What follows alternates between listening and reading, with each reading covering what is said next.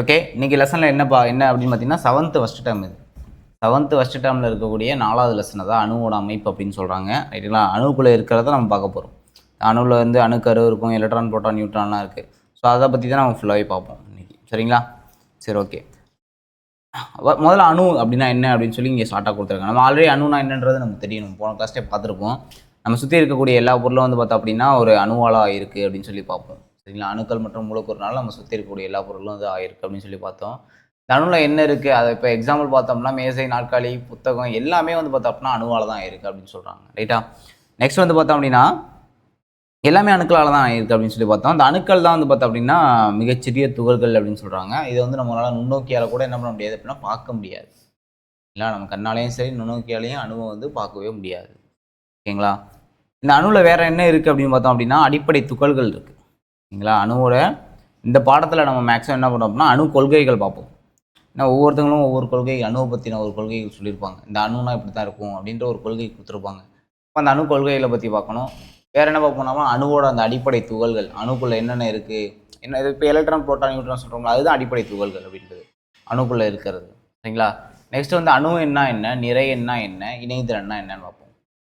ஏன்னா ஒரு அணு இருந்துச்சு அப்படின்னா அதுக்குன்னு ஒரு எண் இருக்கும், அதுக்குன்னு ஒரு நிறை இருக்கும். ஏன்னா அது ஒரு பருப்பொருள் அப்படின்னாலே நிறை உண்டு, இடத்த அடைச்சிக்கும். ஓகேங்களா? அப்போ அதுக்கு என்ன நிறை இருக்குது அப்படின்றத பற்றி ஃபுல்லாக நம்ம இதில் பார்த்தோம் அப்படின்னா அந்த லெசன் முடிஞ்சிடும். ஓகேங்களா? ஃபஸ்ட்டு என்ன பார்க்க போகிறோம் அப்படின்னா அணு கொள்கைகள் பற்றி பார்க்க போகிறோம். அணுவோட கொள்கைகள் தான் பார்க்க போகிறோம். கொள்கைகள் எடுத்துக்கிட்டிங்க அப்படின்னா ஒரு அணு அப்படின்றது வந்து பார்த்திங்கன்னா நேனோமீட்டர் சைஸில் இருக்கும்ப்பா. அதான் 1×10⁻⁹ மீட்டர்னு சொல்லி கொடுத்துருக்காங்க. இது வந்து என்ன அப்படின்னு பார்த்தீங்கன்னா நேனோமீட்டர்னு சொல்லுவாங்க. அணுவை அளக்கக்கூடிய மிகச்சிறிய அலகு அப்படின்னா நேனோமீட்டர். சரிங்களா? அணு அப்படின்னு எடுத்துக்கிட்டிங்க அப்படின்னா நேனோமீட்ரு, செல்லு அப்படின்னு எடுத்துக்கிட்டிங்க அப்படின்னா மைக்ரோமீட்ரு 10⁻⁶. சரிங்களா? இது ரெண்டுமே நமக்கு பொறுத்துகளை கூட கேட்பாங்க. ஸோ அதை நோட் பண்ணி வச்சுக்கணும். ரைட்டுங்களா? அப்போ வேறு என்ன இருக்குது அப்படின்னு பார்த்தீங்கன்னா இந்த வைரஸு, ரத்த வெள்ளையணு, தூசி, இது எல்லாமே நானோமீட்டர் வந்து அளக்கலாம் அப்படின்னு சொல்கிறாங்க. எக்ஸாம்பிளுக்கு ஒரு வைரஸ் கூட நம்ம ஒரு அணுவை வந்து ஒப்பிட்டு பார்க்க முடியும் அப்படின்னு சொல்கிறாங்க. ஏன்னா அந்த சைஸில் தான் இருக்கும், 10⁻⁹ சைஸில் தான் என்ன இருக்கும், வைரஸும் இருக்கும், ப்ளஸ் வந்து அணுவும் அதே சைஸில் தான் இருக்கும். ஒரு தூசி எடுத்துக்கலாம், தூசியுமே அந்த சைஸில் தான் இருக்கும். அதுதான் எக்ஸாம்பிள் நீங்கள் கொடுத்துருக்காங்க. இப்போ ரத்த சிவப்பணுக்கு நானோமீட்டர் கொடுத்தாங்க. இதெல்லாம் அவ்வளோ இம்பார்ட்டன்ட் இல்லை, ஜஸ்ட் நீங்கள் தெரிஞ்சுக்கிறதுக்காக கொடுத்துருக்காங்க. ஓகேங்களா? அடுத்து பார்ப்போம். இப்போ அணுவோட கொள்கை அப்படின்னு பார்த்தோம் அப்படின்னா ஃபஸ்ட்டு வந்து யாரை பார்க்க போகிறோம் அப்படின்னா டால்டன் அணு கொள்கை தான் ரொம்ப ரொம்ப இம்பார்ட்டண்டான ஒரு கொள்கை. ஏன்னா அணுவை பற்றி முதல்ல சொன்னதே இவர் தான். அதான் டால்டன் அணு கொள்கை ஃபஸ்ட்டு சொல்லியிருப்பார்ப்பா. எப்போ சொன்னார் அப்படின்னா 1808 வந்து ஒரு அணு கொள்கையை வந்து வெளியிடுறாரு. டால்டன் அணு கொள்கை பேரே அவ்வளோ அவர் பேரில் தான் இருக்கும். என்ன அணு கொள்கைன்னு பார்த்தீங்கன்னா டால்டன் அணு கொள்கை அப்படின்னு சொல்கிறாங்க. ஓகேங்களா? இவர் என்ன சொன்னார் அப்படின்னு பார்த்தீங்கன்னா டால்டன் வந்து அணுன்னு பேர் வைக்கிறார். புரியுதுங்களா? டால்டன் தான் என்ன பண்ணுறாரு அப்படின்னா முதல்ல அணு அப்படின்னு சொல்லி பேர் வச்சதே இவர் தான். ஓகேங்களா? பேர் வச்சுட்டு என்ன சொல்கிறார் அப்படின்னா அணு அப்படின்றது மிகச்சிறிய பிளக்க இயலாத துகள் அப்படின்னு சொல்கிறாரு. ஓகேங்களா? இதுதான் இம்பார்ட்டன்ட் இந்த இடத்துல. அணுன்னு பேர் வைக்கிறாரு. அணுவை வந்து பார்த்தோம் அப்படின்னா மிகச்சிறிய பிளக்கவே முடியாத ஒரு துகளுங்க. அது வந்து ஒரு கோள வடிவம் உடையது அப்படின்னு சொல்கிறாரு. ஓகேங்களா? புரியுதா? இவ்வளோ தான் இவர் சொல்லியிருக்காரு. இந்த 3 பாயிண்ட் தான் இம்பார்ட்டன்ட். ஏன்னா இவர் மேற்கொண்டு எதுவுமே சொல்லலை. மேற்கொண்டு அணுவில் நேர்மின் அயனி எதிர்மின் அயனி இருக்குது அப்படின்றத அவர் சொல்லவே இல்லை. ஓகேங்களா? இவ்வளோ தான். அணு அப்படின்னு பேர் வச்சுருக்காரு. அணுக்குள்ளே வந்து என்ன இருக்குது அப்படின்னு சொல்கிறத பற்றி பேசவே இல்லை. ஆனால் அணு வந்து மிகச்சிறிய பிளக்க இயலாத துகள் அப்படின்னு சொல்லி முடிச்சிட்டாரு. ஓகேங்களா? இதுதான் டால்டன் அணு கொள்கை. அடுத்து வந்து பார்த்தோம் அப்படின்னா இப்போ நம்ம பார்த்தோம்னா நேனோமீட்டர், அணு அளக்கக்கூடிய நேனோமீட்டர்னால் 1×10⁻⁹. இந்த நானோமீட்டர் அப்படின்றது சிறிய நீளங்களை அளக்க பயன்படும் ஒரு அலகு. நம்மளோட கையெல்லாம் பார்த்தீங்கன்னா சென்டிமீட்டரில் அளப்போம். ஓகேங்களா? அதில் அப்போ அணுன்னா ரொம்ப சின்னது. புரியுதுங்களா? சென்டிமீட்டரில் அளப்போம், கிலோமீட்டரில் அளப்போம், 2 டிஸ்டன்ஸை வந்து கிலோமீட்டரில் அளப்போம், அந்த மாதிரி இருக்குல்ல, அதெல்லாம் பெரிய அலகுகள். சின்ன அலகு அப்படின்னு பார்த்தீங்கன்னா நேனோமீட்டர் 10⁻⁹. இதுவே ஒரு தடவை பிசி எக்ஸாம் கொஸ்டினாக கேட்டிருந்தாங்கப்பா, அதனால தான் சொல்கிறேன். ஓகேங்களா? இதையும் நம்ம நோட் பண்ணிக்கணும். நெக்ஸ்ட் பார்ப்போம். அதுக்கப்புறம் டால்டன் அணு கொள்கையே சொல்லியாச்சு. டால்டனை பொறுத்தவரை என்ன சொன்னார், அணுவை வந்து பிளக்க முடியாத சிறிய துகள்னு சொன்னார், அணுன்னு பேர் வச்சார், முடிஞ்சு போச்சு. அதுக்கப்புறம் யார் வராரு பார்த்தீங்கன்னா தாம்சன் அணு கொள்கை. இவர் தான் 2வது அணு கொள்கை வெளியிட்டது. முதல் அணு கொள்கை வெளியிட்டது டால்டன். 2வது சொல்கிறது யார் அப்படின்னா இவர் வந்து தாம்சனு. இவர் என்ன பண்ணுறாரு அப்படின்னா தர்பூசணி பழம் சாப்பிட்ருவோம்ல, தர்பூசணி பழத்தோட என்ன பண்ணார் அப்படின்னா அணுவை ஒப்பிட்டுட்டார் இவர். புரியுதுங்களா? இப்போ எக்ஸாம்பிள் பார்த்தோம் அப்படின்னா 1897 வந்து ஜே தாம்சன் வந்து ஒரு அணு கொள்கையை வந்து வெளியிட்டார். அதாவது தர்பூசணி பழத்தோட ஒப்பிடுறாரு. இப்போ தர்பூசணி பழம் நம்ம பார்த்துருப்போம், சிகப்பு கலரில் இருக்கும், நடுவில் வந்து அதோட விதை வந்து இருக்கும். அது மாதிரி என்ன சொல்கிறார் அப்படின்னா சிவப்பு கலரில் இருக்கிறதெல்லாம் வந்து பார்த்தோம் அப்படின்னா நேர்மின்னோட்டம் அப்படின்னு சொல்கிறாரு. அணுவில் நேர்மின்னோட்டம் காணப்படுகிறது. தர்பூசணியில் அந்த விதைகள்லாம் இருக்குல்லப்பா அதுதான் வந்து பார்த்தோம் அப்படின்னா எதிர் மின்னோட்டம் அப்படின்ற மாதிரி இவர் வந்து கொடுக்குறாரு. அதனால தர்பூசணி பழத்தோட ஒப்பிட்டிருக்காரு. அவர் என்ன சொன்னார், நேர்மின் அயனி எதிர்மின் அயனியை பற்றி டால்டன் பேசவே இல்லை. இவர் என்ன சொல்கிறார் அப்படின்னா ஒரு தர்பூசணி பழம் எப்படி இருக்கும் அணு அப்படி தான் இருக்கும். அது தர்பூசணி பழத்தில் இருக்கக்கூடிய அந்த விதைகள் தான் வந்து பார்த்தோம்னா எதிர் மின்னோட்டம், அந்த சிவப்பு கலரில் இருக்கல அதுதான் வந்து பார்த்தோன்னா நேர் மின்னோட்டம் அப்படின்னு வந்து இவர் வந்து சொல்கிறார். புரியுதுங்களா? அப்போ ஒரு அந்த தர்பூசணி பழத்துக்குள்ளே என்ன இருக்குது, நேர் மின்னோட்டம் பதிந்து காணப்படுகிறது அப்படின்னு சொல்கிறார். ஓகேங்களா? எதிர் மின்னோட்டங்கள் அப்படின்னு சொல்கிறாரு. தாம்சன் ஜே தாம்சன் தான் எலக்ட்ரான் என அழைத்தார். ரொம்ப ரொம்ப இம்பார்ட்டன்ட். எலக்ட்ரானுக்கு யார் எலக்ட்ரான் பேர் வச்சார் அப்படிங்கிறது தான் ஜே தாம்சன் தான் பேர் வச்சார். எலக்ட்ரான்கள் என்ன மின்னோட்டம் அப்படின்னா நேர் மின்னோட்டமாக எதிர் மின்னோட்டமாக எலக்ட்ரான்கள். எலக்ட்ரான்றது எதிர் மின்னோட்டம். ஓகேங்களா? புரோட்டான் தான் என்ன அப்படின்னா நேர் மின்னோட்டம். சரிங்களா? அப்போ இவரோட கொள்கை முடி என்ன சொல்கிறாங்கன்னா நேர் மற்றும் எதிர்மின் அயனிகள் வந்து சம எண்ணிக்கையில் வந்து காணப்படுது அப்படின்னு சொல்கிறாரு. ஓகேங்களா? அதனால் ஒரு அணு அப்படின்றது எந்த விதையான மின்சுமையும் கொண்டிருக்கவில்லை அப்படின்றதையும் சொல்லி முடிக்கிறாருப்பா இவர். சரிங்களா? அதுக்கப்புறம் இதெல்லாம் இம்பார்ட்டன்ட் இல்லை. ஓகேங்களா? இது வரையும் நம்ம பார்த்தா போதும். இது தர்பூசணி பழத்தோட ஒப்பிட்டிருக்காரு, எலக்ட்ரான்னு பேர் வச்சிருக்காரு, அவ்வளோதான். இதுதான் இம்பார்ட்டன்ட். ஜே தாம்சன் 1997 அவரோட அணுக்கொள்கையை வெளியிடுறாரு. ஓகேங்களா? அதுக்கப்புறம் பார்த்தோன்னா ரூதர்போர்டு அணுக்கொள்கை. இதுதான் ரொம்ப ரொம்ப இம்பார்ட்டண்டான அணுக்கொள்கை. ஓகேங்களா? ரூதர்போர்டு அணுக்கொள்கை அப்படின்றது ஏன்னா இவர் தான் வந்து பார்த்தா அணுவில் வந்து கரு இருக்குது, கருவை பற்றி பேசிட்டு இருப்பார். எக்ஸாக்டாக சொல்லியிருப்பார் ஒரு அணு இப்படி தான் இருக்கும் அப்படின்றத சொல்லியிருப்பார். ஓகேங்களா? ரூதர்போர்டு அணுக்கொள்கை. தாம்சனோட அணுக்கொள்கையில் வந்து சில குறைபாடுகள் இருக்குது. அதனால தான் புதுசாக ஒரு அணுக்கொள்கை வந்து விட போகிறாங்க. முதல்ல என்ன பண்ணார், ஜான் டால்டன் வெளியிட்டதில் அவர் நேர்மின்னோட்டம் எதிர்மின்னோட்டம் பற்றி பேசவே இல்லை. அதனால தான் என்ன பண்ணார் அப்படின்னா ஜே தாம்சன் உள்ள வந்து ஒரு அணுக்கொள்கை வெளியிட்டார். அவர் சொன்னதுலேயுமே ஒரு சில குறைபாடுகள் இருக்குது அப்படின்னு சொல்லிட்டு ரூதர்போர்டு வந்து ஒரு அணுக்கொள்கையை வந்து வெளியிடுறாரு. ஓகேங்களா? இந்த ரூதர்போர்டு அணுக்கொள்கை அப்படின்னு சொல்லி சொல்லுவாங்க. இல்லை இவர் என்ன சொல்லியிருக்காரு அப்படின்றத நம்ம பார்ப்போம். ஓகேங்களா? இவர் என்ன சொல்லியிருக்காரு அப்படின்னா ஒரு தங்கத்தகட்டு சோதனை வந்து இவர் வந்து செய்கிறாருப்பா. தங்க தகட்டு சோதனையை வச்சு செய்கிறார். என்ன சொல்கிறார் அப்படின்னா நேர் மின்னோட்டம் கொண்ட அந்த ஆல்ஃபா துகள்களை வந்து ஒரு அணு மேலே மோத வைக்கிறார். நேர் மின்னோட்டம் வந்து இன்னொரு நேர் மின்னோட்டத்து மேலே மோதுனுச்சுன்னா ரிட்டர்ன் ஆகிடும். அப்படியே ஒரு நேர் மின்னோட்டம் எதிர் மின்னோட்டத்தோட மோதுனுச்சுன்னா அப்சர்வ் ஆகிடும். ஓகேங்களா? எதுவுமே இல்லைன்னா ஆப்போசிட்டில் போயிடும். அதானே? அது மாதிரி தான் இவர் சொல்கிறார். இவர் வந்து ஒரு ஆல்ஃபா கதிர்களை வந்து ஒரு அணு மேலே செலுத்துறாரு. செலுத்த தங்கத்தக்கட்டை வச்சு என்ன பண்ணுறாரு அப்படின்னா செலுத்துறாரு. செலுத்தும் போது என்ன நடக்குது அப்படின்னு பார்த்தீங்கன்னா ஒரு சில ஆல்ஃபா கதிர்கள் வந்து எந்தவித தடையும் சந்திக்காமல் தங்கத்தக்கட்டை வந்து ஊடுருவி செல்றதை வந்து பார்க்குறாரு. ஓகேங்களா? ஒரு சில ஆல்ஃபா கதிர் வந்து தங்கத்தகட்டின் மீது மோதி பின்னோக்கி வருவதை பார்க்குறாரு. ஏன் பின்னோக்கி வரணும்? அப்போ தங்கத்தகட்டிலேருந்து வரது ஆல்ஃபா கதிர்ன்றது ஒரு நேர் மின்னோட்டம். தங்கத்தகட்டில் மோதுனுச்சு அப்படின்னா ஒரு சவுறுன்னு வச்சுக்கலாம். தங்கத்தகட்னா ஒரு சவுத்தில் போயிட்டு ஒரு கதிரை நம்ம மோத செய்கிறோம். மோதி ரிட்டர்ன் வந்துச்சுன்னா என்ன அர்த்தம், அந்த இடத்துல அதே கதிர் இருக்குன்னு அர்த்தம். இப்போ காந்தத்தில் என்ன பண்ணுவீங்க, நார்த்தையும் ஜாயின் பண்ண என்ன ஆகும், விலைக்கு வெளில வந்துடும்.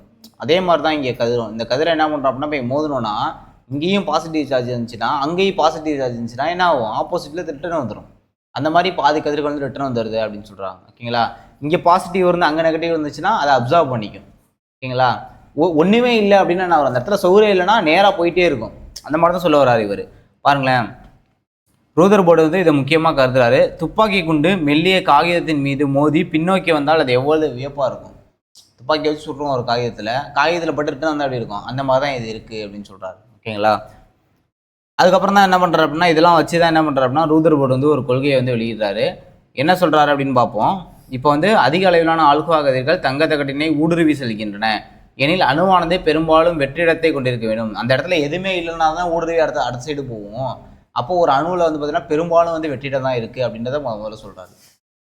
புரியுதுங்களா? ஒரு அணு வந்து எப்படி இருக்கான், வெற்றிடம் தான் நிறையா இருக்குது அப்படின்னு சொல்கிறாரு. ரெண்டாவது பாயிண்ட் பார்ப்போம்.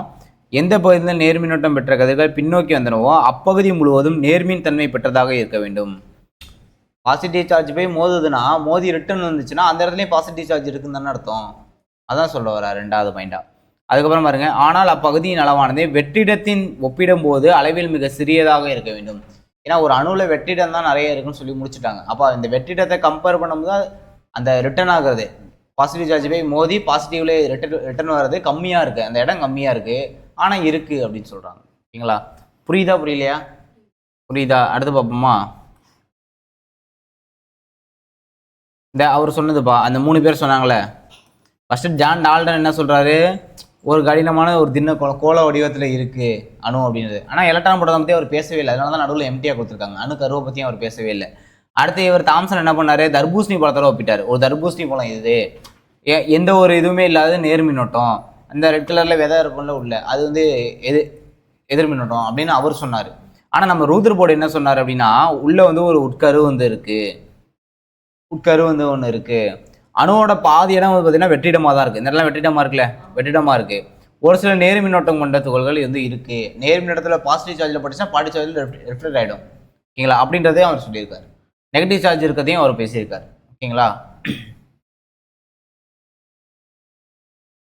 அப்போ இதெல்லாம் நம்ம வச்சுக்கிட்டு ரூதர்போர்டு அணுக்கொள்கை என்ன சொல்கிறாங்க பாருங்க, அணுவின் மையத்தில் உள்ள அணுக்கருவானது நேர்மின் தன்மை கொண்டதாக உள்ளது. புரியுதா, ஒரு இதான் அணுனா இது நடுவில் உட்கரு இருக்குன்னா இது பாசிட்டிவ் சார்ஜாக இருக்குன்னு சொல்லுவார். ஓகேங்களா, அடுத்து அணுவின் பெரும்பான்மையான நிறையானது அதன் மையத்தில் உருவானது. இப்போ ஒரு அணு அப்படின்னு எடுத்துக்கிட்டிங்கன்னா அதோட பெரும்பாலான நிறை எங்கே இருக்கும் அப்படின்னு பார்த்தீங்கன்னா மையத்தில் தான் இருக்கும். ஓகேங்களா, நெக்ஸ்ட் பாருங்கள், எதிர்மின் தன்மை கொண்ட எலக்ட்ரான்கள் அணுக்கருவினை சுற்றி ஒரு குறிப்பிட்ட வட்டப்பாதையில் இயங்குகின்றன. அதாவது பாசிட்டிவ் சார்ஜ் நடுவில் இருக்குது, பாசிட்டிவ் நடுவில் இருக்கா, இந்த ரெட் கலரில் இருக்கல இதுதான் நெகட்டிவ் சார்ஜ். இது வந்து அணுவோட ஆரத்தில் வந்து சுற்றி வரதா சொல்கிறாங்க. ஓகேங்களா, புரியுதா, அணுவானது அளவோடு ஒப்பிடும்போது அணுக்கருவானது அளவில் மிக சிறியதாக இருக்கும். அதாவது ஒரு அணுவோட அந்த அணுக்கருவை ஒப்பிட்டோம் அப்படின்னா அணுக்கரு வந்து சின்னதாக தான் இருக்கும், ஆனால் நிறைய பார்த்தோம் அப்படின்னா அணுக்கரு தான் அதிகமாக இருக்கும் அப்படின்னு சொல்ல வராங்க. ஏன்னா ஒரு அணு வந்து வெற்றிடம் தான் நிறைய இருக்குது. புரியுதா, ஒரு அணு இருக்குது அப்படின்னா ஒரு அணுவில் வெற்றிடம் தான் நிறைய இருக்குது, அணுக்கரு ரொம்ப குட்டியாக இருக்குது. ஆனால் வெயிட்டை வச்சு பார்த்தீங்க அப்படின்னா நிறைய வச்சு மாசம் வச்சு பார்த்தோம் அப்படின்னா அணுக்கரு தான் நிறைய வந்து கூட இருக்குது அப்படின்னு சொல்கிறாங்க. புரியுதா, இதுதான் வந்து பார்த்தோன்னா ரூதர்போர்டு அணுக்கொள்கை. ஓகேங்களா, அடுத்து பாருங்கள், ஒவ்வொரு வருடமும் நமது உடலில் 98% செல்கள் இறந்து புது செல்கள் தோற்றுவிக்கப்படுகின்றன. நமது உடலில் ஏறத்தாழ 7 பில்லியன் செல்கள் காணப்படுகின்றன. இப்போ இந்த அணுவால் தான் செல்லும் ஆகிருக்கு. ஓகேங்களா, அப்போ நம்ம உடலில் பார்த்தீங்க அப்படின்னா 98% செல்லு வந்து இறந்து புது செல்கள் வந்து உருவாகுது அப்படின்னு சொல்கிறாங்க ஒவ்வொரு வருஷமும். புரியுதா, ஏன்னா அதே செல்லு இருந்துச்சா ஒரு செல்லு இருக்குது அப்படின்னா அந்த செல்லுக்கு வயசாகிடாதா, வயசாகிடாத செயலிழந்து போயிடும்ல. அதனால தான் நம்ம 98% செல்கள் வந்து நம்ம உடலில் வந்து புதுசாக வந்து ரீக்ரியேட் ஆகிட்டே இருக்குது. அதனால தான் நம்ம வளர்ச்சி அடைஞ்சிட்ருக்கோம். ஓகேங்களா, நெக்ஸ்ட் பார்ப்போம். இப்போ வந்து நம்ம அந்த கொள்கைகள் பார்த்தாச்சு, அணுக்கொள்கை, டால்டன் அணுக்கொள்கை, ரூதர்போர்டு அணுக்கொள்கை, தாம்சன் அணுக்கொள்கை மூணுமே பார்த்தாச்சு. நெக்ஸ்ட் என்ன பண்ண போகிறோம் அப்படின்னா அணுவில் இருக்கக்கூடிய அந்த அடிப்படை துகள்களை பற்றி பார்க்க போகிறோம். என்னென்ன அடிப்படை துகள்கள் இருக்குன்னு பார்ப்போம். இப்போ எக்ஸாம்பிள் எடுத்துக்கிட்டோம் அப்படின்னா அடிப்படை துகள்கள் அப்படின்னு எடுத்துக்கிட்டாலே எலக்ட்ரான், புரோட்டான், நியூட்ரானை பற்றி மட்டும்தான் பார்ப்போம். ஓகேங்களா, எல்லா தனிமங்களும் புரோட்டான் இருக்கும், நியூட்ரானும் ஒரே பண்புகளை கொண்டுள்ளன. ஒரு அணுவினை உருவாக்கும் இத்துகள்கள் அணுவின் அடிப்படை துகள்கள்னு சொல்கிறாங்க. எது வந்து எலக்ட்ரானு, புரோட்டானு, நியூட்ரானு, இது மூணும் வந்து பார்த்தோம் அப்படின்னா ஒரு அணுவோட அடிப்படை துகள்கள் அப்படின்னு சொல்கிறோம். ஓகேங்களா, ஃபஸ்ட்டு என்ன அப்படின்னா புரோட்டான்னா பார்ப்போம். புரோட்டான்னா பின்னு போட்டிருக்காங்களா, புரோட்டான்னா பி. புரோட்டான்னா என்ன சார்ஜ் அப்படின்னு பார்த்தீங்கன்னா பாசிட்டிவ் சார்ஜ். அதை நான் நோட் பண்ணிக்கணும். புரோட்டான் அப்படின்றது பாசிட்டிவ் சார்ஜ். புரோட்டான் என்பது அணுக்கருவினில் அமைந்துள்ள நேர்மின்னோட்டம் பெற்ற, இந்த பாருங்க, நேர்மின்னோட்டம் பெற்ற துகள் எங்கே இருக்குன்றாங்க, அணுக்கருவில் இருக்குன்றாங்க. புரியுதா, அணுக்கருவில் இருக்கக்கூடிய ஒரு புரோட்டான் அப்படின்றது அணுக்கருவில் தான் இருக்கும். இவை பெற்றுள்ள நேர்மின்னோட்டத்தின் மதிப்பு எலக்ட்ரான்கள் பெற்றுள்ள எதிர்மின்னோட்டத்தின் மதிப்புக்கு சமம். அதாவது ஒரு அணு இதுதான் அப்படின்னா சென்டர் ஆஃப் த பாயிண்டில் என்ன இருக்குது அப்படின்னா ஒரு புரோட்டான் இருக்குன்னு வச்சுக்கோம். எத்தனை புரோட்டான் சென்டர் ஆஃப் த பாயிண்டில் இருக்குன்னா ஒரு 5 புரோட்டான் இருக்குன்னு வச்சுக்கோம். 5 புரோட்டான் சென்டர் ஆஃப் த பாயிண்டில் இருந்துச்சுன்னா அந்த அணுவில் 5 எலக்ட்ரான் தான் இருக்குன்னு சொல்ல வராங்க. அந்த 5 எலக்ட்ரானும் கார்னரில் இருக்கும்னு சொல்லுவாங்க. 1 2 3 4 5. என்ன சொல்கிறாங்க, என்ன பாருங்களேன், இவை பெற்றுள்ள நேர் மின்னோட்டத்தின் மதிப்பு எலக்ட்ரான்கள் பெற்றுள்ள எதிர் மின்னோட்டத்தின் மதிப்புக்கு சமம். புரியுதா, அப்போ என்ன சொல்ல வராங்கன்னா எவ்வளோ புரோட்டான் இருக்கோ அவ்வளோ எலக்ட்ரான் தான் இருக்கும் ஒரு அணுவில் அப்படின்னு சொல்ல வராங்க. ஓகேங்களா, புரோட்டான் எங்கே இருக்கும், அணுவோட கருவில் இருக்கும். புரோட்டான் அங்கே இருக்குது, எலக்ட்ரான் எங்கே இருக்கும், அதை சுற்றி வட்டப்பாதையில் வந்துகிட்டே இருக்கும். ஓகேங்களா, புரியுதா. அடுத்து பாருங்க, இது இம்பார்ட்டன்ட்பா. Proton, electron, neutron. எலக்ட்ரானுக்கு பேர் வச்சது யார், நம்ம இப்போ தான் பார்த்தோம், ஜே தாம்சன் தான் வச்சார் பேர். அது மாதிரி புரோட்டானுக்கு பேர் வச்சது கோல்ட்ஸ்டீனு, நியூட்ரானுக்கு பேர் வச்சது ஜேம்ஸ் ஹார்ட்விக். இந்த பேரெல்லாம் என்ன பண்ணுவாங்க அப்படின்னா பொறுத்துக்களை அப்படியே கேட்பாங்க. ஸோ அதனால் இதெல்லாம் தெரிஞ்சு வச்சுக்கணும். ஓகேங்களா, குறியீடு புரோட்டான், எலக்ட்ரான், நியூட்ரான். புரோட்டானாலே பாசிட்டிவ் சார்ஜு, எலக்ட்ரானாலே நெகட்டிவ் சார்ஜு, நியூட்ரானுக்கு எந்த ஒரு சார்ஜும் கிடையாது, அது மின்சுமை அற்றது. மின்சுமை அற்ற ஒரு துகள் தான் என்னது அப்படின்னா நியூட்ரானு. சரிங்களா, அதனால தான் 0ன்னு போட்டிருக்காங்க. ஓகேங்களா, அடுத்து பார்ப்போம் நியூட்ரானுப்பா. இந்த நியூட்ரான் வந்து பார்த்தீங்க அப்படின்னா இதுவும் அணுக்கருவில் தான் இருக்கும். இதுவும் எங்கே இருக்கும்? அணுக்கருவில் தான் இருக்கும். அணுக்கருவில் என்னென்ன இருக்கும்? ஒன்று புரோட்டான் இருக்கும், நியூட்ரான் இருக்கும். இது ரெண்டும் சேர்ந்தது தான் அணுவோட நிறை. புரிஞ்சதா? இது ரெண்டும் சேர்ந்தது தான் என்னது? ஒரு அணுவோட நிறை. பாருங்கள், ஒரு அணுக்கருவினுள் அமைந்துள்ள நியூட்ரான்கள் எந்தவித மின்சுமையும் கொண்டிருக்கவில்லை. பாசிட்டிவ் சார்ஜும் கிடையாது, நெகட்டிவ் சார்ஜும் கிடையாது. கரண்ட்டே இதில் கிடையவே கிடையாது. ஓகேங்களா? அந்த சார்ஜ் தெரிஞ்சு வச்சுக்கணும்ப்பா. ஹைட்ரஜன் தவிர அனைத்து அணுக்கருக்களும் நியூட்ரான்களை கொண்டுள்ளன. அதாவது புரோட்டியம். எக்ஸாம்பிள் சொன்னால் ஹைட்ரஜனில் வந்து நிறைய ஐசோடோப்புகள் இருக்கும். ஸோ அதில் வந்து பார்த்தோம் அப்படின்னா புரோட்டியம் தவிர வேறு எதுலேயுமே வந்து பார்த்தோம் அப்படின்னா நியூட்ரான்கள் வந்து இல்லாமல் இருக்காது அப்படின்னு சொல்கிறாங்க. எல்லாத்துலேயுமே நியூட்ரான் இருக்கும், ஹைட்ரஜனில் மட்டும் இருக்காது. அதுவும் ஹைட்ரஜனில் புரோட்டியத்தில் மட்டும் இருக்காதுன்னு சொல்ல வராங்க. புரியுதா? எலக்ட்ரான் எல்லாத்துலேயுமே இருக்கும், புரோட்டான் எல்லாத்துலேயுமே இருக்கும். நியூட்ரான் ஹைட்ரஜனில் புரோட்டியத்தில் மட்டும் இருக்காது, பாக்கி எல்லாத்துலேயுமே இருக்கும். புரிஞ்சதா? இப்போ எக்ஸாம்பிளுக்கு வந்து ஹைட்ரஜன் 1 1ன்னு சொல்லுவாங்க, ஹைட்ரஜன் 1 2ன்னு சொல்லுவாங்க, ஹைட்ரஜன் 1 3ன்னு சொல்லுவாங்க. ஓகேங்களா? இப்போ இந்த கீழே இருக்குல்லப்பா, இதுதான் அணு எண்பா, மேலே இருக்கிறது நிறை எண். ஓகேங்களா? அணு எண்ணு நிறை எண்ணு நம்ம பார்ப்போம். ஓகேங்களா? இப்போ அணு எண்ணா என்ன அர்த்தம் அப்படின்னா எவ்வளோ எலக்ட்ரான்கள் இருக்கோ, அப்படி இல்லைன்னா எவ்வளோ புரோட்டான்கள் இருக்கோ அதுதான் அணு எண். ஓகேங்களா? இப்போ இதில் எவ்வளோ அணு எண் இருக்குது, எவ்வளோ எலக்ட்ரான் இருக்கும்? ஒரு எலக்ட்ரான் இருக்கும், நியூட்ரானும் ஒன்று தான் இருக்கும். இதில் ஒரு எலக்ட்ரான் இருக்கும், நியூட்ரானும் ஒன்று தான் இருக்கும். இதுலேயும் ஒரு எலக்ட்ரான் இருக்கும், நியூட்ரானும் ஒன்று தான் இருக்கும். ஓகேங்களா? நிறை என்னன்னு நான் சொல்லியிருக்கேன், புரோட்டானோட எண்ணிக்கையும் நியூட்ரானோட எண்ணிக்கையும் சொல்லியிருக்கேன். இப்போ இதில் பாருங்களேன், இதில் இதானப்பா நிறை எண். நிறை எண் எவ்வளோ இருக்குது? ஒன்றே ஒன்று தான் இருக்குது. ஆல்ரெடி எவ்வளோ புரோட்டான் இருக்குன்னு பார்த்துருந்தோம், ஒரு. அப்போ நியூட்ரான் இல்லையா அந்த இடத்துல? நியூட்ரான் கிடையாதுல்ல. அப்போ இதுதான் புரோட்டியம். இந்த புரோட்டியத்தில் நியூட்ரான் இல்லை. ஆனால் இங்கே பாருங்கள், இதில் 2 இருக்குது. 2னா ஒன்று என்னவா இருக்குன்னு ஆல்ரெடி பார்த்தோம், ஒன்று புரோட்டானாக இருக்குன்னு பார்த்தோம், இன்னொன்று கம்பல்சரி இது நியூட்ரானாக தான் இருக்கும். ஓகேங்களா? நிறை எண் தான் மையத்தில் இருக்குன்னு சொல்லி பார்த்தோம். புரோட்டானோட எண்ணிக்கையும் நியூட்ரானோட எண்ணிக்கையும் பார்த்தோம். புரியுதா? ஃபஸ்ட்டு ஹைட்ரஜன்லேயே நிறைய இருக்குது, நிறைய ஐசோடோப்பு இருக்குது. ஓகேங்களா? ஒரே அணு எண்ணும் வெவ்வேறு நிறை எண்ணும் இருந்துச்சுன்னா அது ஐசோடோப்புன்னு சொல்லுவாங்க. ஓகேங்களா? அப்படி தான் நான் எழுதி போட்டிருக்கேன். 3 இது ஹைட்ரஜன் 1, ஹைட்ரஜன் 2, ஹைட்ரஜன் 3 நிறைய வச்சு எழுதி போட்டிருக்கேன்னா இதுதான் வந்து ஐசோடோப்பு. இதில் இந்த ஃபஸ்ட்டு இருக்கிறது தான் புரோட்டியம். இந்த புரோட்டியத்தில் மட்டும்தான் நியூட்ரான் இல்லை, பாக்கி எல்லா தனிமத்திலையும் நியூட்ரான் இருக்குன்னு சொல்ல வராங்க. புரிஞ்சதா? புரியுதா புரியலையா? அடுத்து பார்ப்போமா? இங்கே பாருங்க, இங்கே சொல்லிருக்காங்க பாருங்க, புரோட்டான்கள் நியூட்ரான்கள் எனப்படும் 2 வகையான துகள்கள் காணப்படுகின்றன. எங்கே காணப்படுது? அணுக்கருவில் காணப்படுது. இவை நியூக்ளியான்கள் என்று அழைக்கப்படுகின்றன. எப்போ நியூக்ளியான்னு சொல்லணும்? புரோட்டானையும் நியூட்ரானையும் சேர்த்து தான் நியூக்ளியான்னு சொல்லணும். ஏன்னா ஒரு அணுவோட நிறைய கம்பேர் பண்ணும்போது புரோட்டானோட எண்ணிக்கையும் நியூட்ரானோட எண்ணிக்கையும் சேர்த்து தான் என்ன சொல்லுவோம் அப்படின்னா அணு நிறைன்னு நம்ம சொல்லணும். ஏன்னா சென்டர் ஆஃப் த பாயிண்டில் அது மட்டும்தான் இருக்கும், வேறு எதுவும் இருக்குமா? கிடையாது. இது ரெண்டையும் சேர்த்து எப்படி சொல்லலாம் அப்படின்னா நியூக்ளியான்கள்னு சொல்லலாம். புரிஞ்சதா? புரியுதா புரியலையா? நெக்ஸ்ட் போகலாமா? அடுத்து எலக்ட்ரான்கள். எலக்ட்ரான்கள் அப்படின்னாலே எதிர் மின்னோட்டம் பெற்ற துகள் தான். ஏன்னா ஒரு குறிப்பிட்ட வட்டப்பாதையில் ஒரு அணுவை சுற்றி வந்துக்கிட்டே இருக்கும். ஓகேங்களா? அப்போ எலக்ட்ரான் அப்படின்னாலே நெகட்டிவ் சார்ஜ் தான், எதிர் மின்னோட்டம் பெற்ற ஒரு துகள் தான் அப்படின்னு சொல்கிறாங்க. ஓகேங்களா? புரோட்டான்கள் மற்றும் நியூட்ரான்கள் நிறையோடு ஒப்பிட்டும் போது ஒரு எலக்ட்ரான் நிறை வந்து புறக்கணிக்கத்தக்க அளவு தான் இருக்கும். ஓகேங்களா? ஒரு அணுவின் நிறையானது அணுக்கருவினில் அமைந்துள்ள புரோட்டான்கள் மற்றும் நியூட்ரான்கள் நிறையினை மட்டுமே சார்ந்திருக்கிறது. இந்த பாயிண்ட் ரொம்ப ரொம்ப இம்பார்ட்டன்ட். ஒரு அணுவோட நிறை சொல்லணும் அப்படின்னா அந்த அணுவோட மையத்தில் இருக்கக்கூடிய புரோட்டான்களையும் நியூட்ரான்களையும் மட்டும்தான் சார்ந்திருக்கும், எலக்ட்ரான்களும் சார்ந்து இருக்காது அணுவோட நிறை அப்படின்றது. ஓகேங்களா? அடுத்து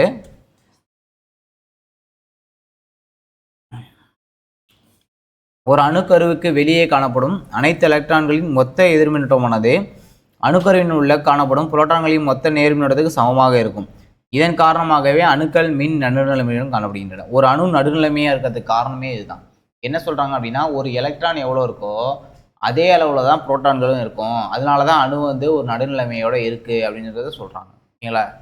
நெக்ஸ்ட்டு பாருங்கள், சூரிய மண்டலத்தோட நம்ம அணு ஒப்பிடலாம். இப்போ சூரியன் நடுவில் இருக்கும், 8 கோள்களும் என்ன பண்ணணும் அப்படின்னா சுற்றி வரும் ரவுண்டாக. அது மாதிரி நம்ம என்ன பண்ணலாம் அப்படின்னா அணுவோட இதை கம்பேர் பண்ணிக்கலாம். புரியுதா? ஒரு அணுவோட சென்டர் ஆஃப் த பாயிண்டில் புரோட்டான்கள் இருக்குது அப்படின்னா அந்த புரோட்டான்களை சுற்றி எலக்ட்ரான் உங்களுக்கு வந்துகிட்டே இருக்கும். அதான் சூரிய மண்டலத்தோட ஒப்பிட்டு நீங்கள் வந்து பார்க்கலாம் அப்படின்றத சொல்கிறாங்க. ஓகேங்களா? அதான் எலக்ட்ரான்கள் வந்து வெவ்வேறு வட்டப்பாதையில் வந்து ஒரே வட்டப்பாதையில் சுற்றி வராதுப்பா, வெவ்வேறு வட்டப்பாதைகள் இருக்குது. புரியுதுங்களா? ஒரே வட்டப்பாதையில் சுற்றினா மோதிக்கும்ல ஒன்றும். இப்போ நம்ம பூமி இருக்குது, சூரியன் இருக்குது, புதன் இருக்குது, எல்லா கோள்களும் இருக்குது, எல்லாமே ஒரே வட்டப்பாதையில் சுற்றி வருது, வெவ்வேறு வட்டப்பாதையில் சுற்றி வருது. ஒரே வட்டப்பாதையில் சுற்றி வந்தால் என்ன ஆகும்? மோதிக்கும். கரெக்டாக? அப்போ அதே மாதிரி தான் இங்கேயும் கான்செப்ட். எலக்ட்ரான்கள் அப்படின்றது வெவ்வேறு வட்டப்பாதையில் ஆனால் அந்த அணுவை சுற்றி தான் வரும். புரியுதுங்களா? சூரியனை சுற்றி தானே வருது 8 கோளும்.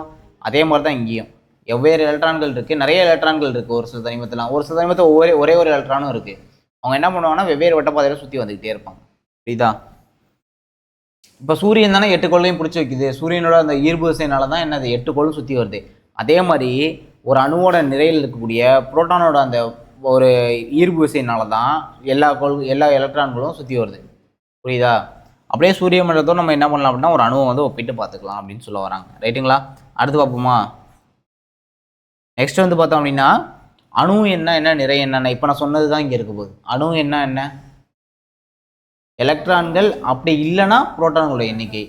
நிறை என்ன புரோட்டான்கள் ப்ளஸ் நியூட்ரான்களோட எண்ணிக்கை. அதுதான் இங்கே கொடுத்துருப்பாங்க. ஓகேங்களா? இப்போ பார்ப்போம். இப்போ எக்ஸாம்பிளுக்கு அந்த அணு எண்ணை வச்சு தான் டிசைட் பண்ணுவாங்க. புரியுதா? இப்போ வந்து ஒரே ஒரு புரோட்டான் இருந்துச்சு அப்படின்னா அது கம்பல்சரி ஹைட்ரஜன் தான். ஒரே ஒரு புரோட்டான் இருந்துச்சுன்னா அது கம்பல்சரி ஹைட்ரஜன் தான். 8 புரோட்டான் இருந்துச்சுன்னா அது ஆக்சிஜன். புரியுதா?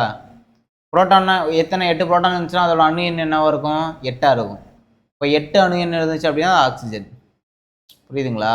ஸோ அந்த மாதிரி தான் வரும். 6 அணு எண் இருந்துச்சு அப்படின்னா அது கார்பன். 7 அணு எண் இருந்துச்சுன்னா அது நைட்ரஜனு. ஸோ இந்த மாதிரி வரும். நம்ம பார்த்துக்கலாம். ஒவ்வொன்றுக்கும் ஒவ்வொரு அணு எண் இருக்குது. அது என்ன அப்படின்றத நான் சொல்கிறேன். ஓகேங்களா? நெக்ஸ்ட் வந்து பார்த்தோம் அப்படின்னா அணு எண் தான் பார்க்க போகிறோம் முதல்ல. ஓகேங்களா? இப்போ எக்ஸாம்பிள் அணு என்னென்னு நான் சொல்லி கொடுத்துருக்கேன். எலக்ட்ரான்கள், அப்படி இல்லைன்னா புரோட்டான்களோட மொத்த எண்ணிக்கையை தான் அணு எண் இசட் அப்படின்ற எழுத்தில் சொல்லுவாங்க. ஓகேங்களா? புரியுதா? ஒரு அணுவில் ஒன்று நீங்கள் புரோட்டானோட எண்ணிக்கையை கண்டுபிடிக்கணும், அப்படி இல்லைன்னா எலக்ட்ரானோட எண்ணிக்கை நீங்கள் கண்டுபிடிக்கணும். இது ரெண்டில் ஏதாச்சும் ஒன்று கண்டுபிடிச்சா போதும். ரெண்டுமே ஈக்குவலாக தான் இருக்கும். முன்னாடியே பார்த்து தான் எவ்வளோ எலக்ட்ரான் இருக்கோ எவ்வளோ புரோட்டான் தான் ஒரு அணுவில் இருக்குன்னு நம்ம முன்னாடியே பார்த்தாச்சு. அப்போ ஒன்று எலக்ட்ரானோட எண்ணிக்கை கண்டுபிடிக்கணும், இல்லை புரோட்டானோட எண்ணிக்கை கண்டுபிடிக்கணும். ரெண்டில் எது கண்டுபிடிச்சாலும் ஓகே தான். எவ்வளோ இருக்கோ அவ்வளோதான் அணு. அவ்வளோதான் வந்து பார்த்தோம் அப்படின்னா அணு எண் அப்படின்றது கான்செப்ட். ஓகேங்களா? அணு என்ன இசட்னு சொல்லுவாங்க. அது வந்து ஜெர்மன் வேர்டு ஜெல்லன் அப்படின்ற வார்த்தையில எடுத்தாங்க. அதனால இசட்னு கொடுத்துருக்காங்க. ஓகேங்களா? அடுத்து நெக்ஸ்ட் வந்து பார்த்தோம் அப்படின்னா இப்போ ஹீலியம் எடுத்துக்குவோம். ஹீலியம் அணு இருக்குது அப்படின்னா ஹீலியம் அணுவானது அதன் அணுக்கருவினுள் 2 புரோட்டான்களையும் அணுக்கருவுக்கு வெளியே 2 எலக்ட்ரான்களையும் கொண்டுள்ளது. அப்போ அதோட அணு எண் 2ன்னு தான் சொல்லணும். ஒன்று எலக்ட்ரான் 2 புரோட்டான் 2 இருக்குது, மொத்தமாக 4 அப்படின்னு அணு எண் சொல்லக்கூடாது. இன்னும் எலக்ட்ரானோட எண்ணிக்கை, அப்படி இல்லைனா தான் புரோட்டானோட எண்ணிக்கை. 2ல் 1 தான் எடுத்துக்கணும். ஏன்னா ரெண்டுமே ஈக்குவலாக தானே இருக்கும். ஒரு 2 எலக்ட்ரான் இருந்துச்சுன்னா 2 புரோட்டான் இருக்கும். 4 எலக்ட்ரான் இருந்துச்சுன்னா 4 புரோட்டான் இருக்க போகுது. அப்படின்னப்போ ஏதாச்சும் ஒரு வேல்யூ மட்டும் நம்ம எடுத்துக்கிட்டால் போதும் அப்படின்னு சொல்ல வராங்க. ஓகேங்களா? அடுத்து நிறையன் அப்படி இல்லைன்னா அணு நிறை அப்படின்னு சொல்லுவாங்க. ஒன்று நிறையன்னு சொல்லலாம், இல்லை அப்படின்னா அணு நிறைன்னு சொல்லலாம். என்ன லெட்டர் அப்படின்னு பார்த்தோன்னா ஏ அப்படின்ற லெட்டர் வந்து இதுக்கு வந்து குறிக்கலாம். ஓகேங்களா? இப்போ அணு நிறைனா நம்ம முன்னாடியே சொல்லிச்சு, மொத்த நிறை எங்கே இருக்குது? அணுவோட கருவில் தான் இருக்கும். அப்போ அந்த அணு கருவில் என்ன இருக்குது? புரோட்டான்கள் இருக்குது, நியூட்ரான்கள் இருக்குது. ரெண்டையும் சேர்த்து சொல்லணும்னா நியூக்ளியான்கள். ஓகேங்களா? நியூக்ளியான்கள் இருக்குது அப்படின்னு சொல்லி நம்ம பார்த்தோம். ஓகேங்களா? பாருங்கள், நிறையன் அப்படின்றது அணுக்கருவினுள் உள்ள மொத்த புரோட்டான்கள், அப்படி இல்லைனா நியூட்ரான்களின் எண்ணிக்கையின் கூடுதலுக்கு சமம். அதில் சொன்ன மாதிரி 1 எலக்ட்ரான்களோ இல்லை 1 புரோட்டான்களோ எடுக்கக்கூடாது. ரெண்டையும் சேர்த்து எடுக்கணும். புரியுதா?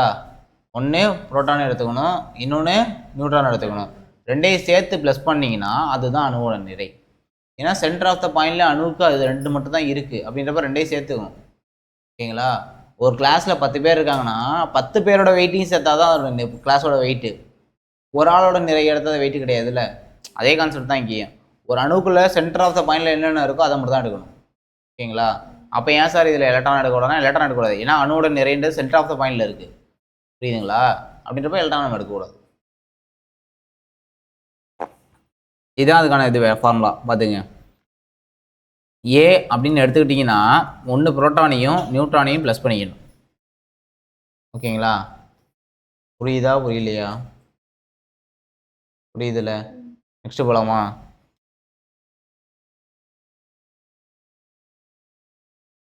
இப்போ ஐசோடோப்புகள். ஓகேங்களா?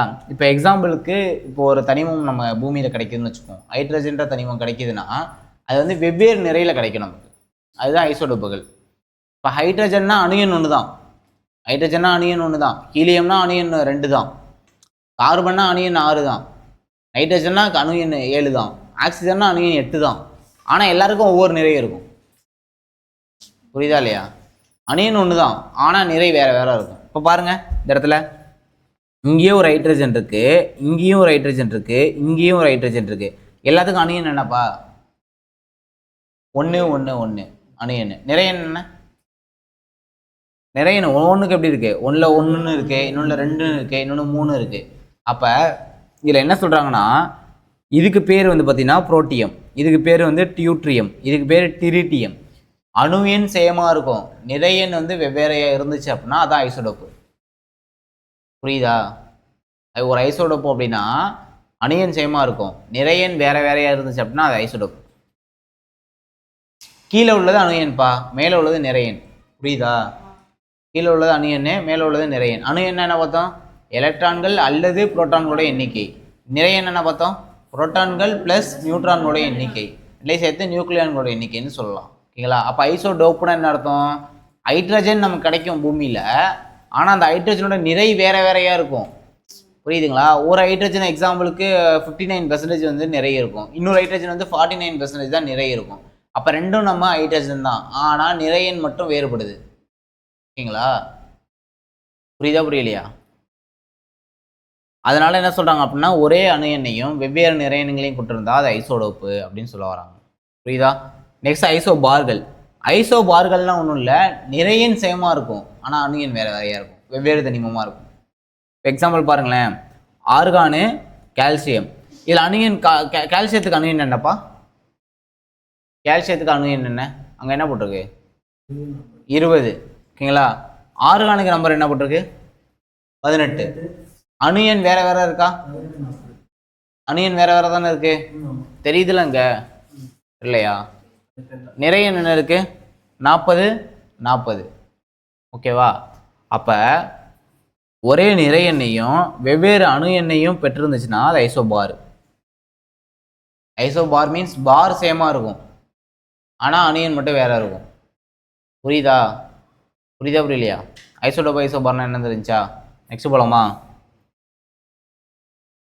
இப்போ இங்கே பாருங்க, ஹைட்ரஜன்னா அணு எண் 1 தான், ஹீலியம்னா 2 தான், அலுமினியம்னா 13, ஆக்சிஜன்னா 8, சோடியம்னா 11. இதில் எவ்வளோ எவ்வளோ எலக்ட்ரான், எவ்வளோ ப்ரோட்டான், எவ்வளோ நியூட்ரான்றதை நீங்கள் எதை வச்சு கண்டுபிடிக்கலாம்? இந்த வெறும் இந்த அணு எண்ணை வச்சு மட்டுமே நம்ம என்ன பண்ணலாம் அப்படின்னா கண்டுபிடிக்க முடியும். ஓகேங்களா? புரியுதா? நெக்ஸ்ட் போலாமா?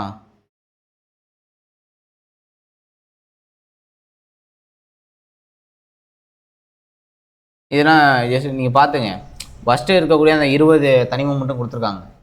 சரிங்களா? இதில் பெருசாக எதுவுமே இருக்காதுப்பா. ஹைட்ரஜனா 1, ஹீலியம்னா 2, லித்தியம்னா 3, பெர்லியம், போரானு, கார்பனு, நைட்ரஜன். சொன்னல நைட்ரஜன்னா 7, ஆக்சிஜன் 8, ஃப்ளோரின் 9, 10 நியான். ஸோ இது இந்த 20 மட்டும் கொடுத்துருப்பாங்க. 20 மட்டும் நீங்கள் பார்த்துங்க, 1லேருந்து 20 வரையும் என்னென்ன தனிமம் இருக்குது அப்படின்றத மட்டும் பார்த்துங்க போதும். ஓகேவா?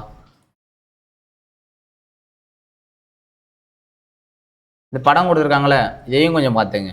பொட்டாசியம்னா பொட்டாசியம் இதில் இருக்குது, வாழைப்பழத்தில் பொட்டாசியம் இருக்குது.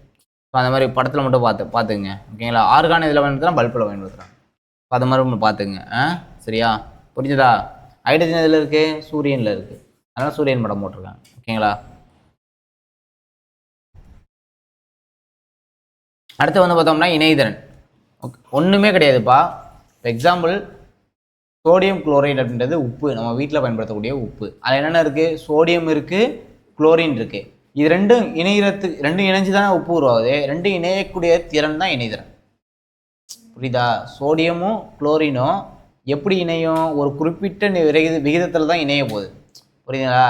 நம்ம வீட்டில் ஜூஸ் போடுவோமே, தண்ணியில் வந்து ஜீனி அதிகமாக போட்டோம் அப்படின்னா ஜீனி அதிகமாக இருக்கும், கம்மியாக போட்டோம்னா கம்மியாக இருக்கும். அந்த மாதிரி இணையாது, அது வந்து ஒரு கலவை. ஓகேங்களா? ஆனால் இங்கே வந்து ஒரு குறிப்பிட்ட நிறையம் தான், இவ்வளோ தான் ஜாயிண்ட் ஆகும், இதுக்கு மேலே ஜாயிண்ட் ஆகாது அப்படின்ற ஒரு ரூல் இருக்குது இங்கே. புரியுதுங்களா? இப்போ எக்ஸாம்பிள் சொல்லணும்னா, இப்போ NaClன்னு எடுத்துக்கோம். ஓகேங்களா? இல்லைனா H2O எடுத்துக்கோமே, நீரையே எடுத்துக்கோமே. இப்போ எக்ஸாம்பிளுக்கு ஆக்சிஜனில் வந்து பார்த்தோம் அப்படின்னா மொத்தமாக வந்து 8 இதுவும் நிறையன்னு இருக்கும். ஓகேங்களா? 8 அப்படின்றது நிறையன்னு இருக்கும். அணு எண் என்ன எவ்வளோ இருக்கும்? சார் அணு எண் தான் 8 இருக்கும். ஓகேங்களா? நிறைய இல்லை, அணு எண் வந்து 8 இருக்கும். இப்போ இந்த 8ல் ஒரு அணுவோட நிறைய சுற்றி வட்டப்பாதையில் என்ன வரும்னு சொல்லியிருக்கேன், எலக்ட்ரான்கள் வரும். ஓகேங்களா? இந்த ஆக்சிஜனில் எத்தனை எலக்ட்ரான்கள் இருக்கும்? ஆக்சிஜனில் எத்தனை எலக்ட்ரான்கள் இருக்கு? ஆக்சிஜனோட அணு என்ன? அதெல்லாம் எலக்ட்ரான்கள். அணு என்ன? இப்போ தான் சொன்னேன் 8ன்னு. ஓகேங்களா? ஒரு வட்டப்பாதையில், அதான் முதல் வட்டப்பாதையில் முதல் வட்டப்பாதையில் 2 ஹைட்ரஜன் மட்டும்தான் இருக்கும். அதான் 2 எலக்ட்ரான்கள் மட்டும்தான் இருக்கும். இன்னும் எத்தனை எலக்ட்ரான் இருக்கு நம்மள்கிட்ட? 6 இருக்கு. 2வது வட்டப்பாதையில் அதிகபட்சமாக 8 தான் இருக்க முடியும். அதிகபட்சமாக எவ்வளோ இருக்கலாம்? 8 தான் இருக்க முடியும். அப்போ என்ன பண்ணலாம்? நம்ம கையில் எத்தனை இருக்கு? 1 2 3 4 5 6 போட்டாச்சு. இன்னும் எத்தனை இணையலாம்? இதில் 2 இணையலாம். அதுக்கு தான் வந்து பார்த்தோம் அப்படின்னா H2 எடுத்துக்கிறோம். 2 ஹைட்ரஜன் வருது உள்ள. 8 கம்ப்ளீட் ஆகிடுச்சா? அதனால தான் H2O நீர்னு சொல்கிறோம். புரியுதா? இந்த ரூல் படி தான் இணைய முடியும். இந்த இணையக்கூடிய திறனை தான் இணையத்திறன் சொல்கிறாங்க. புரியுதா புரியலையா? புரியுதுல? நல்லா. ஓகே. அப்போ இணையத்திறன் என்னன்னு தெரிஞ்சிச்சா? அதாவது பாருங்களேன், அணுக்கள் எந்த ஒரு எலக்ட்ரானையும் பகிரக்கூடிய தன்மையை பெறாமல் இருக்கும். அணுக்களின் இத்தகைய பண்பிற்கு இணைதிறன். புரியுதா? குறிப்பிட்ட எலக்ட்ரான்கள் மட்டும் தான் பகிர்ந்துக்க முடியும், அதுக்கு மேலே பகிர்ந்துக்க முடியாது. அதுதான் இணைதிறன்னு சொல்கிறாங்க. ஓகேங்களா?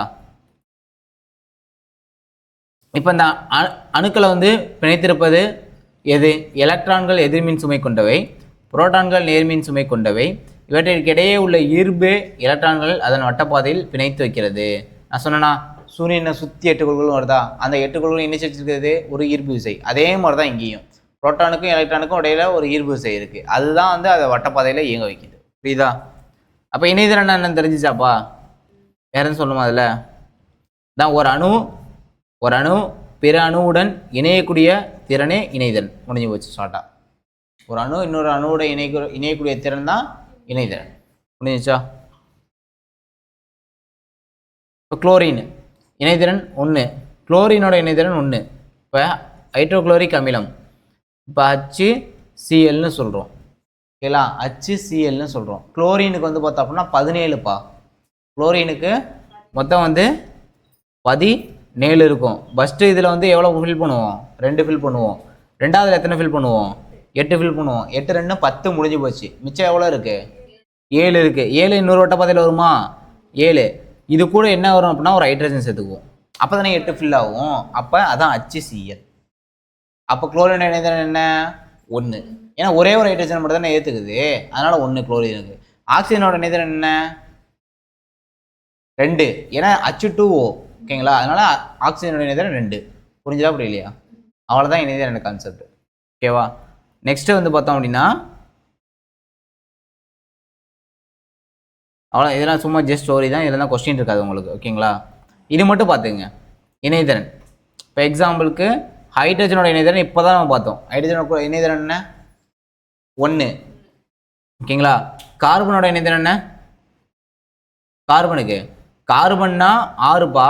6 எலக்ட்ரான் இருக்க போது இப்படியே நீங்கள் கண்டுபிடிச்சிடலாம். எப்படின்னா இப்போ ஹைட்ரஜனை அணு எண் 1, கார்பனுக்கு 6, ஆக்சிஜனுக்கு 8, சோடியத்துக்கு 11, கால்சியத்துக்கு 20 இருக்குது. நல்லா பாருங்கள், முதல் வட்ட பாதையில் 1 தான் இருக்குது. அப்படின்றப்ப ஃபஸ்ட் வட்ட பாதையில் எவ்வளோ இணையலான்னு இருக்கேன்? 2 இணையலாம். ஆல்ரெடி இங்கே 1 இருக்குது. இன்னும் எத்தனை வர முடியும்? 1 தான் வர முடியும். அப்போ இணைதிறன் என்ன? 1. இப்போ பாருங்கள், கார்பன் பாருங்கள், கார்பனுக்கு முதல் வட்ட பாதையில் 2 இணைய முடியும். 2வது வட்ட பாதையில் 8 இணையலாம். ஆனால் நம்ம கையில் எவ்வளோ இருக்குது? மொத்தமாக 6 இருக்குது. 2 போயிடுச்சு முதல் வட்ட பாதைக்கு. 2வது வட்ட பாதை வரும்போது எத்தனை போகும்? 4 போயிடும். மிச்சம் எவ்வளோ இணையலாம்? 4 இணையலாம். அப்போ இணைதிறன் என்ன? கரெக்டாக இருக்கா? நெக்ஸ்ட்டு பாருங்கள், ஆக்சிஜனுக்கு மொத்தம் எவ்வளோ? முதல் வட்ட பாதையில் 2, அடுத்ததில் 8 இணையலாம். ஆனால் நான் கையில் எவ்வளோ இருக்குது? அப்போ பேலன்ஸு 2 வந்துச்சா? சோடியத்தில் எவ்வளோ இருக்குது? 11 இருக்குது. முதல்ல 2, 2வதுல 8, 8 2 10 முடிஞ்சிச்சு. அடுத்ததில் 1 தான் இருக்கும். 1 இருந்துச்சு அப்படின்னா இங்கே இணைதிறன் 1 தான். இப்போ எக்ஸாம்பிளுக்கு NaCl குளோரினை வச்சு நீங்கள் எடுப்பீங்க. சோடியத்துக்கு அதிகமாக போகிறத என்ன பண்ணலாம் அப்படின்னா அது கூட இணையக்கூடிய திறனை வச்சு, இப்போ எக்ஸாம்பிளுக்கு குளோரினை வச்சு சோடியத்துக்கு 1 போட்டிருக்காங்க இங்கே. புரியுதா? இப்போ சோடியம் குளோரைன்னு நம்ம பார்க்குறோம். குளோரின் சொல்லலப்பா, குளோரின்னா 17பா. கடைசி வட்ட பாதையில் என்ன தேவைப்படும்? 1 தான் தேவைப்படும். அப்போ சோடியம் எடுத்துக்கலாம். நம்ம சோடியம் குளோரைடு எடுத்துக்கலாம். புரியுதா? ஒன்று ஹைட்ரஜன் வச்சு பார்ப்பாங்க இணைதிறன், இல்லை அப்படின்னா ஆக்சிஜன் வச்சு இணைதிறன் பார்ப்பாங்க. ஓகேங்களா? ஏன்னா ஹைட்ரஜன் கூட எல்லாமே ரியாக்ட் ஆகும். ரியாக்ட் ஆகாத பட்சத்துக்கு ஆக்சிஜனோட ரியாக்ட் ஆகிடும். இங்கே மேலே கொடுத்துருப்பாங்க, அதை அப்படியே இந்த இடத்துல கொடுத்துருப்பாங்க. ஃபஸ்ட்டு வந்து பார்த்தோம் அப்படின்னா ஹைட்ரஜன் வச்சு அப்புறம் ஆக்சிஜன் வச்சு குறிப்பிட்டிருப்பாங்க. ஓகே, இதில் இல்லை, லோயர் ஸ்டாண்டர்டில் கொடுத்துருப்பாங்கன்னு நினைக்கிறேன். ஓகேங்களா? நான் ஃபஸ்ட்டு ஹைட்ரஜன் வச்சு எடுப்பாங்க. ஓகேங்களா? ரெண்டாவது ஆக்சிஜன் வச்சு எடுப்பாங்க. கால்சியம் பாருங்களேன். இப்போ கால்சியம் வந்து 20ன்னு இருக்குது. ஃபஸ்ட்டு பார்த்ததுல 2, அடுத்ததில் 8, 10 முடிஞ்சிச்சு. அடுத்ததில் 8, பேலன்ஸு 2. புரியுதா? எப்படின்னா இப்போ சிம்பிளாக சொல்கிறேன் பாருங்களேன். சிம்பிளாக நீங்கள் தெரிஞ்சுக்கணுன்னா இப்போ லாஸ்ட் வட்டப்பாதையில் எடுத்துக்குவோம். ஓகேங்களா? இப்போ 1 2 3 4 அப்படின்னு சொல்லியிருக்கோம். 5 6 7 8 அப்படின்னு சொல்லி, ஏன்னா 8 எலக்ட்ரானில் தான் இருக்க போகுது. ஓகேங்களா? இப்போ கடைசி வட்டப்பாதையில் 1 இருந்துச்சு அப்படின்னா இதோட இணைதிறன் என்னவாக இருக்குன்னா 1 தான் இருக்கும். ஓகேங்களா? இதில் 8 வராது. ஓகே, இது வந்து நான் இன்னொரு லெசனில் சொல்கிறேன், அந்த லெசனில் பார்த்துக்கலாம் இதை. ஓகேங்களா? அங்கே வந்து கிளியராக கொடுத்துருப்பாங்க. இப்போ எக்ஸாம்பிள் என்ன சொல்லலாம் அப்படின்னா மெட்டல் அப்படின்னா வச்சுங்களேன் 1 2 3 4 தான் கடைசி வட்டப்பாதையில் வரும். அப்போ அதை வச்சு நான் இணைதிறன் சொல்லித்தரேன். நான் மெட்டல் அப்படின்னா 5 6 7 8ன்னு போகும். ஓகேங்களா? அது நம்ம 8th ஸ்டாண்டர்ட் வரை வந்து பார்ப்போம். ஓகேங்களா? இங்கே பார்த்தீங்கன்னா உங்களுக்கு கொஞ்சம் குழப்பிக்கும். அதனால் இணைதிறன்னா என்ன அப்படின்னா ஒரு அணு இன்னொரு அணுவோட இணையக்கூடிய திறன் தான் இணைதிறன். அதை மட்டும் நோட் பண்ணிங்க. இங்கே என்ன கொடுத்துருக்காங்களோ அதை மட்டும் நோட் பண்ணுங்கள். இப்போ இந்த பாக்ஸில் கொடுத்துருக்காங்களே hydrogen, carbon, oxygen, sodium, calcium, இதுக்கு என்னென்ன இணைதிறன் அப்படின்னு மட்டும் பார்த்துங்க. நம்ம 8th ஸ்டாண்டர்ட் வரும்போது அதில் தனியாக கொடுத்துருப்பாங்க. மெட்டல்னால் இவ்வளோ தான் இருக்கும். 1 2 3 4 தான், 4 எலக்ட்ரான்கள் தான் வெளிவட்ட பாதையில் வரும். நான் மெட்டல்னால் 5 6 7 8ன்னு போகும். அப்போ வரப்போ அதுக்கு இணைதிறன் நம்ம பார்த்துக்குவோம். இப்போ எக்ஸாம்பிள் நம்ம சொல்லணும்னா இப்போ 5ன்னு கடைசியில் இருக்கும், 5 எலக்ட்ரான்கள் வந்து லாஸ்ட் வட்ட பாதையில் இருந்துச்சுன்னா அது கூட இன்னும் எத்தனை இணையலாம்? 3 இணையலாமா? அப்போ அதோட இணைதிறன் 3 தான். புரியுதுங்களா?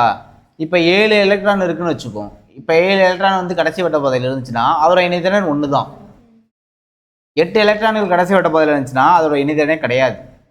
இப்போ எக்ஸாம்பிள் சொன்னால் மந்த வாயுக்களுக்கு இணைதிறனே கிடையாது, சுத்தமாக கிடையாது. ஏன்னா அதோட கடைசி வட்ட பாதையில் ஆல்ரெடி ஃபில் ஆகிருக்கும். அப்படின்றப்ப எந்த ஒரு அணுவும் இணைய முடியாது. புரியுதா? அதை வந்து 8th ஸ்டாண்டர்டில் நம்ம கொடுத்துருப்பாங்க. ஸோ நம்ம அங்கே போகும்போது பார்த்தோன்னா என்னென்ன டெஃபினேஷன் நல்லா பார்ப்போம். ஓகேங்களா? இப்போ இந்த லெசனை இதெல்லாம் முடிச்சுக்கலாமா? இப்போ இந்த லெசனில் நம்ம முன்னாடியே பார்த்தது தான். இங்கே என்ன கொடுத்துருக்காங்க? டால்டன் அணுக்கொள்கை 1803 நம்ம முன்னாடியே பார்த்தாச்சு. ஜே தாம்சன் அணுக்கொள்கை 1904, 1911 ரூதர்போர்டு அணுக்கொள்கை. இது வரைக்கும் பார்த்தா போதும். போர் அணுக்கொள்கை வந்து 8th பார்த்துக்கலாம். 8th 9th போர் அணுக்கொள்கை கொடுத்துருப்பாங்க, அங்கே பார்த்துக்குவோம். ஓகேங்களா?